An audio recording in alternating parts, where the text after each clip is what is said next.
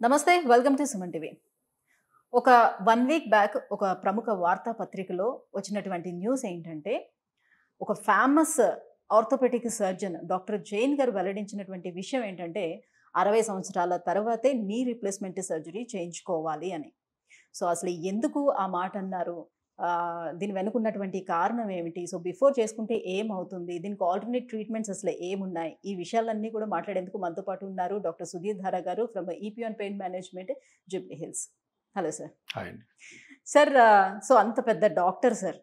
So అంత పెద్ద డాక్టరే చాలా సింపుల్‌గా ఒకటే మాట చెప్పారు. బిఫోర్ 60 ఇయర్స్ అసలు మనం మోకాళ్ళకి సర్జరీ అనేది చేయకూడదు. I mean knee replacement surgery అనేది చేయకూడదు.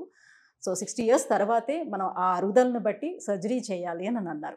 సో బిఫోర్ చేస్తే అసలు ఏమవుతుంది? ఎందుకు అనౌన్స్‌మెంట్ యెస్. అనేది ఇది ఇచ్చారు? ఇది ఇప్పుడు ఆయన doctor Prateesh Jain famous surgeon. ఆయన కొత్తగా అనేది కాదు. హ్మ్. ఇది చాలా సంవత్సరాల నుంచి ఉన్న ఒక రూల్ ఇది. 60 హుహు. ఇయర్స్ లోపు మోకాళ్ళ మీద సర్జరీస్ చేయకూడదు. ఎందుకు చేయకూడదు? ఫస్ట్ ఆఫ్ ఆల్ మోకాలు సర్జరీ చెయ్యాలి అంటే ప్రతి ఆర్థోపెడిక్ బుక్‌లో ఒకటే ఒకటి మెన్షన్ చేసి ఉంటది. ఎప్పుడైతే ఒక మనిషి మోకాలు నొప్పితో బాధపడుతున్నాడో కొన్ని నెలలు, కొన్ని సంవత్సరాల నుంచి తప్పకుండా నీ సర్జరీకి వెళ్ళే ముందు చాలా ఉన్నాయి.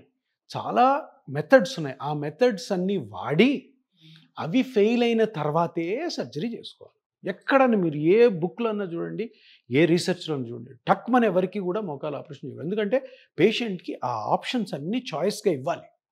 అది ఇవ్వకుండా చేస్తే తప్పు. అది ఇప్పుడు ఈయన ఎందుకు అన్నాడు? ఎందుకు ఈయన డాక్టర్ ప్రతీష్ జైన్ ఈరోజు కొన్ని రోజుల క్రితం, వారం క్రితం ఎందుకు అన్నాడంటే, ఒక కాన్ఫరెన్స్‌లో ఆయన చెప్పిన మాట ఏంటంటే, 60 సంవత్సరాల లోపు వాళ్ళకి ఆపరేషన్ చేయకూడదు. 60 సంవత్సరాల తర్వాతే. ఇది ఎవరు చెప్పారు? ఆయుష్మాన్ భారత్ అని ఒక హెల్త్ స్కీమ్ అన్నమాట. అది పెద్ద స్కీమ్ నరేంద్ర మోడీ గారు స్టార్ట్ చేసింది. అవును. హ్మ్. దాంట్లో 60 ఇయర్స్ లోపు నీ మీద సర్జరీస్ చేయకూడదు. ఆ స్కీములు లేవు. అంటే అది ఎవరు చెప్పింది? గవర్నమెంట్ క్యాబినెట్ చెప్పింది. మినిస్ట్రీ చెప్పింది. హెల్త్ మినిస్ట్రీ చెప్పింది చెయ్యొద్దు అని. సో దాన్ని ఆయన చెప్పడం జరిగిందన్నమాట. ఇది ఎప్పటి నుంచో ఉంది.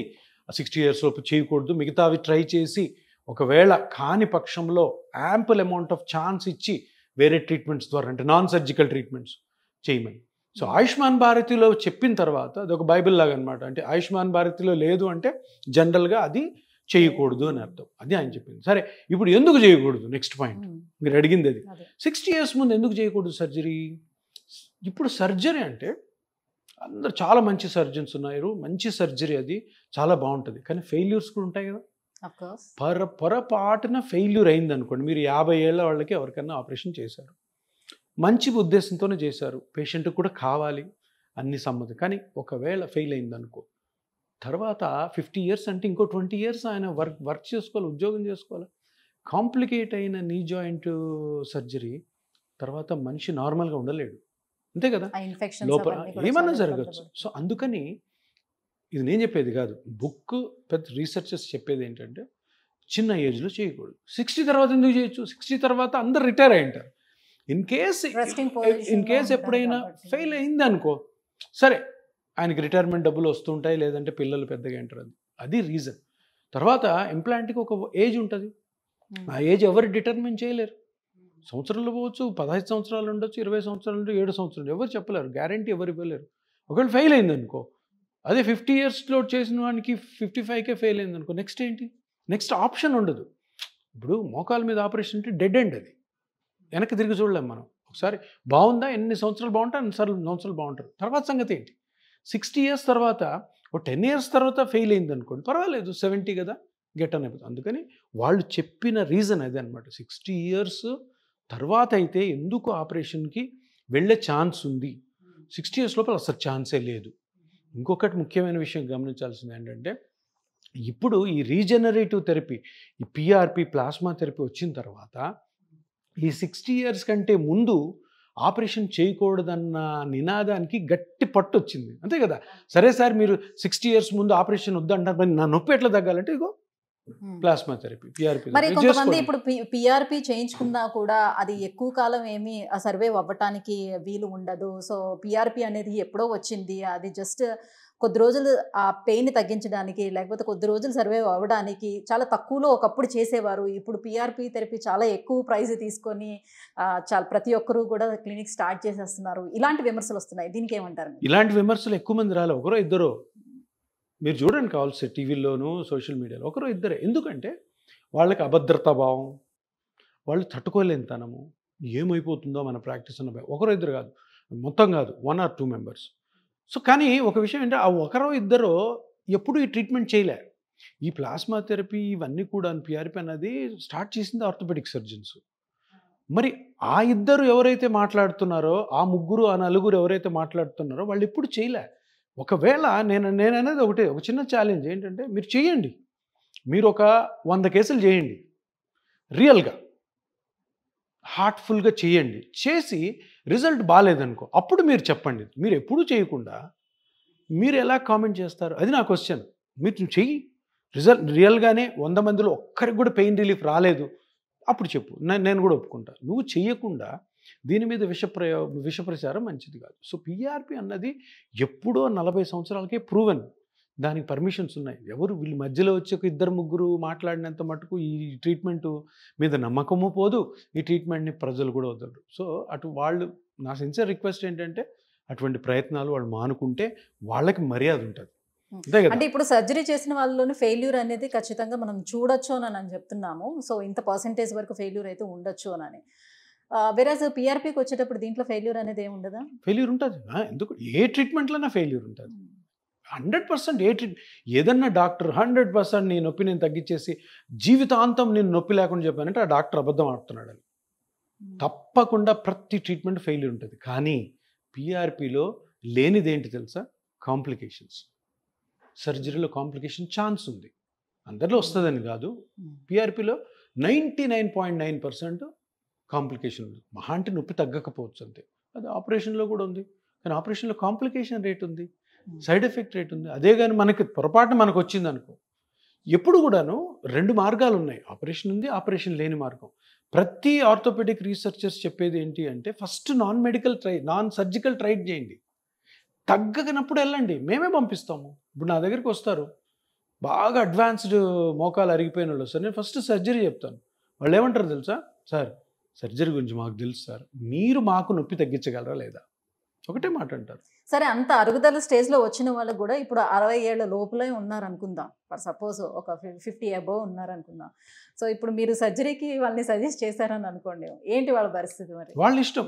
ఇప్పుడు ఎవరో అడుగుతున్నారు నన్ను, ఏదో కాన్ఫరెన్స్లో మొన్న అడిగారు, సార్ మీరు రీజనరేటివ్ థెరపీ, పీఆర్పీ ఇవన్నీ చేస్తుంటారు కదా, ఏదైనా పేషెంట్ వచ్చినప్పుడు ఆపరేషన్ పంపిస్తారా, మీరు పీఆర్పీ చేస్తారా, దానికి మీ దగ్గర ఉన్న రూల్స్ అండ్ రెగ్యులేషన్స్ ఏంటి అని అడిగారు. నేను ఒకటే చెప్పాను, పీఆర్పీ చేసుకోవాలా ఆపరేషన్ చేసుకోవాలా అన్నది నేను డిసైడ్ చేసేది కాదు, పేషెంట్ డిసైడ్ చేస్తాడు. ఎందుకంటే పేషెంట్స్ అందరికీ కూడా రెండింటి గురించి కూడా క్షుణ్ణంగా అన్నీ తెలుసు. పీఆర్పీ అంటే ఏంటి, అది ఎలా ఉంటుంది, అది ఎలా చేస్తారు, సర్జరీ అంటే ఎలా ఉంటుంది, అంతా తెలుసు. సో ఆప్షన్ అంతా పేషెంట్కి. మనం అడ్వైస్ చేస్తాం, చూడు బాబు నీకు ఇది బాగా ముదిరిపోయింది కాబట్టి నువ్వు ఆపరేషన్కి వెళ్తావా, నాకు తెలిసిన డాక్టర్స్ ఉన్నారు నేను పంపిస్తాను. సార్ ఇన్ని చూపిస్తారు ఆర్థోపెడిక్, ఇంతమంది డాక్టర్ దగ్గరికి వెళ్ళాను సార్, అందరు ఆపరేషన్ చెప్పారు, నాకు చేసుకోవాలని లేదు, మీరు తగ్గించగలరా? అలాంటప్పుడు నేను తగ్గించకుండా పేషెంట్ని రిజెక్ట్ చేస్తే అది పెద్ద క్రైమ్ అవుతుంది. తప్పకుండా నేను తగ్గించాను. నేను డాక్టర్ని, పెయిన్ స్పెషలిస్ట్ని, పెయిన్ మేనేజ్మెంట్ స్పెషలిస్ట్ని, చచ్చినట్టు నేను తగ్గించాలి. ఎందుకు ఆ పేషెంట్కి నేను సర్జికల్ ఆప్షన్ ఇచ్చాను, పేషెంట్ సర్జరీ వద్దన్నాడు, తప్పకుండా అది నా రెస్పాన్సిబిలిటీ, నేను చచ్చినట్టు చేయాల్సిందే. సో ఇది అర్థం చేసుకోవాలి ప్రజలు. ప్రతి కేసుని ఆపరేషన్ పంపించడం, ప్రతి కేసుకి పీఆర్పీ చేయడం ఉండదు. సో ఉన్న కండిషన్స్ ప్రకారము మనము సైంటిఫిక్గా ఒక ఆప్షన్ ఇస్తాం, చూడు ఇది బెస్ట్ అని. పేషెంట్ నాకు వద్దు అంటే ఇది. ఇప్పుడు కొంతమంది పీఆర్పీ చేయమని సర్జనే చెప్తాడు, చూడు బాబు ఇది అంతగా అరిగిపోలేదు, లేదంటే ఏదో ఇప్పుడు బాగానే ఉంది కాబట్టి, ఏజ్ చిన్నది కాబట్టి నువ్వు పీఆర్పీ చేసుకో అంటే పేషెంట్ ఏమంటాడు, నాకు పీఆర్పీ వద్దు సార్, సర్జరీ కావాలంటాడు. చేస్తారు సర్జరీ. ఆప్షన్ మన దగ్గర లేదు, పేషెంట్ దగ్గర. సో మీరు ఎన్నో సంవత్సరాల నుంచి ఈ పీఆర్పీ చేస్తున్నారు, సో మీకు ఎంతో ఎక్స్పీరియన్స్ ఉంది. ఇన్ని సంవత్సరాల మీ ఎక్స్పీరియన్స్లో సో ఎన్నో వేల ట్రీట్మెంట్లు మీరు చేసి ఉంటారు. సో ఈ సక్సెస్ రేట్ అనేది ఎలా ఉంది? సో పేషెంట్స్ నుంచి మీకు వచ్చేటువంటి రివ్యూస్ ఎలా ఉంది? పేషెంట్ అదే, నేను ఇప్పుడు దగ్గర 8 years నుంచి స్టార్ట్ చేసి కొన్ని 1000s చేసి ఉంటాం కదా. సో బేసిక్గా నాకు కూడా ఏముంటుందంటే ఎలా ఉంది రిజల్ట్, ఎంతమంది బాగున్నారు, ఎంతమంది బాగాలేరని ఈ ఫోన్ కాల్స్లో, తర్వాత రివ్యూకి పేషెంట్స్ వస్తుంటారు, తర్వాత మా మీద రివ్యూస్ రాస్తూ ఉంటుంది. దీంట్లో ఓవరాల్గా చూసినప్పుడు దగ్గర 85 to 90%, 100 మందికి చేశాను అనుకో, 85 నుంచి 90 మంది ఈ 8 yearsలో ఇప్పటికి కూడా బాగున్నారు. 10 to 15% అంతగా పని చేయలేదు అది, బట్ 85 to 90% సక్సెస్ఫుల్గా ఉన్న ఏ ట్రీట్మెంట్ అయినా సూపర్ హిట్. అంతే, ఏది చిన్న ఇంజెక్షన్తో, సర్జరీ కాకుండా. సో అది ఇపియాన్ యొక్క స్టాటిస్టిక్స్ ప్రకారం సక్సెస్ రేట్ మీరు అడిగారు కదా. అంటే ఈ సక్సెస్ రేట్కి ముఖ్యమైన ఉద్దేశం ఏంటి తెలుసా? బిలీఫ్. పేషెంట్కి నమ్మకం ఉండాలి, బిలీఫ్, నాకు నమ్మకం ఉండాలి. నేను ఈ ట్రీట్మెంట్ ఈ పేషెంట్కి చేయడం ద్వారా పేషెంట్ హ్యాపీగా ఉంటాడా లేదా, లేని పక్షంలో నేను చేయను, వద్దమ్మా. ఇప్పుడు కొంతమంది వస్తారు నా దగ్గర, సార్ నాకు 48, నా మోకాలు కంప్లీట్ అరిగిపోయింది, నేను అన్ని పనులు చేయాలి సార్, పొద్దున్న లేచినప్పుడు రాత్రి వరకు నేను నిలబడే ఉండాలి, నేను చేయను. అక్కడ ఫెయిల్ అవుతుంది. సో నేను అంటాను, చూడమ్మా, ఈ ట్రీట్మెంట్కి కొన్ని రూల్స్ అండ్ రెగ్యులేషన్స్ ఉంటాయి, అవి నేను చెప్తాను, అవి మీరు పాటించాలి, పాటిస్తేనే సక్సెస్ అవుతుంది. వచ్చారు కదా అని అందరికీ చేయడం చాలా తప్పు, వచ్చారు కదా అని సర్జరీ చేయడం కూడా చాలా తప్పు. సో పేషెంట్ యొక్క రిక్వైర్మెంట్ బట్టి, పేషెంట్ యొక్క ఏజ్ని బట్టి, పేషెంట్ చేసే పనిని బట్టి, ఉన్న ఆప్షన్స్ని బట్టి, ఆప్షన్స్ అన్ని పేషెంట్ ముందు పెట్టి నువ్వు సెలెక్ట్ చేసుకో, 1, 2, 3 ఉన్నాయని. అలా వెళ్ళినప్పుడే మంచి ప్రాక్టీస్ జరుగుతుంది. మనల్ని నమ్ముకొని వచ్చిన పేషెంట్కి మంచి చేయగలుగుతాం. సో ఈపియాన్ పెయిన్ మేనేజ్మెంట్లోని కేవలం పిఆర్పి థెరపీ ఒకటే చేస్తున్నారా, లేకపోతే ఇంకా అదర్ ట్రీట్మెంట్స్ కూడా ఏమేమి అవైలబుల్ ఉన్నాయి? ఇపియాన్లో అంటే ఈ ట్రీట్మెంట్ మన ఈ హాస్పిటల్లో ఉన్న మెయిన్ కాన్సెప్ట్ ఏంటంటే దీర్ఘకాల నొప్పి, ఏ నొప్పి అయినా కానీ, తల నుంచి కింద టో వరకు, హెడేక్ నుంచి మొదలు పెడితే ankle joint, heel, fingers, toes, ఎక్కడైనా కానీ క్రానిక్ పెయిన్, దీర్ఘకాల నొప్పి. దీర్ఘకాల నొప్పి అంటే డెఫినేషన్ కూడా చెప్తాను. 15 days to 1 month కంటే నొప్పులు మీకు ట్యాబ్లెట్స్తో తగ్గకుండా ఉన్నాయంటే వాటిని దీర్ఘకాల నొప్పులు.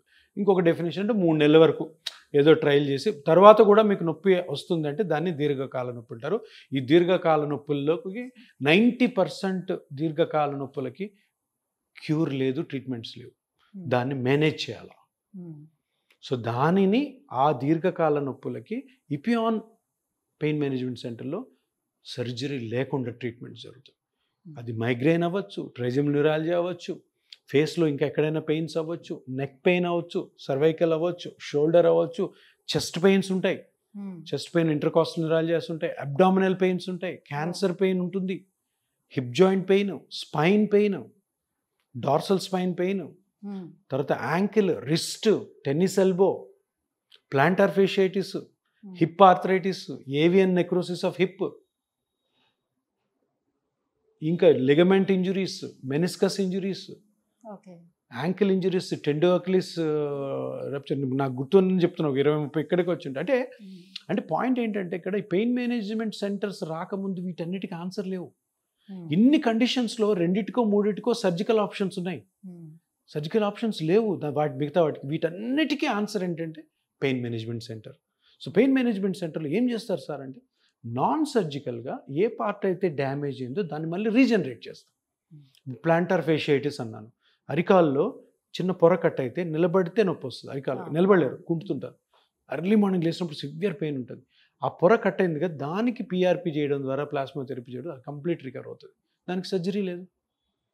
టెన్నిస్ ఎల్బో అంటారు, ఇక్కడ వస్తుంది, దానికి సర్జరీ లేదు, అక్కడ చిన్న టెండాన్ కట్ అయి ఉంటుంది, దానికి పిఆర్పి చేయడం వల్ల కంప్లీట్ రికవరీ ఉంటుంది విత్ సమ్ ప్రికాషన్స్.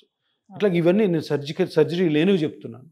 సర్జరీ వీలు కానీ సర్జరీ ఎక్కడెక్కడ ఉన్నాయి, స్పైన్ మీద సర్జరీస్ ఉన్నాయి, నీ జాయింట్ మీద ఉన్నాయి, హిప్ జాయింట్ మీద ఉన్నాయి, సర్వైకల్ స్పైన్ మీద ఇంకెక్కడ ఉన్నాయి. నేను మీకు చెప్పిన వాటిలో అన్నింటిలో ఒక 10% సర్జరీస్ ఉండేది, మిగతా వాటికి లేవు సర్జరీస్ రైట్ నౌ.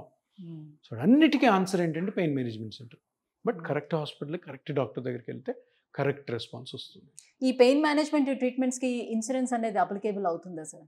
ఈ పెయిన్ మేనేజ్మెంట్లో ఇంతకుముందు లేవు, ఇన్సూరెన్సెస్ లేవు. మా ఎపియాన్ స్టార్ట్ చేసినప్పటి నుంచి ఒక 3-4 years తీవ్రమైన శ్రమ పడిన తర్వాత ఇప్పుడు మనకి 75% ప్రైవేట్ ఇన్సూరెన్సెస్ వచ్చాయి. క్యాష్లెస్ ఉన్నాయి, రియంబర్స్మెంట్ ఉన్నాయి. సో 75% 75 to 80% కవరేజ్ ఉంది, అన్నిటికీ లేవు. But 75 to 80% is very good number. ఒక 20% వాళ్ళు చేసుకుంటే 20% కంపెనీస్కి లేవు, ఆ కంపెనీస్కి లేవు, అవి చాలా తక్కువలేండి. మేజర్ కంపెనీస్ అన్నీ ఉన్నాయి.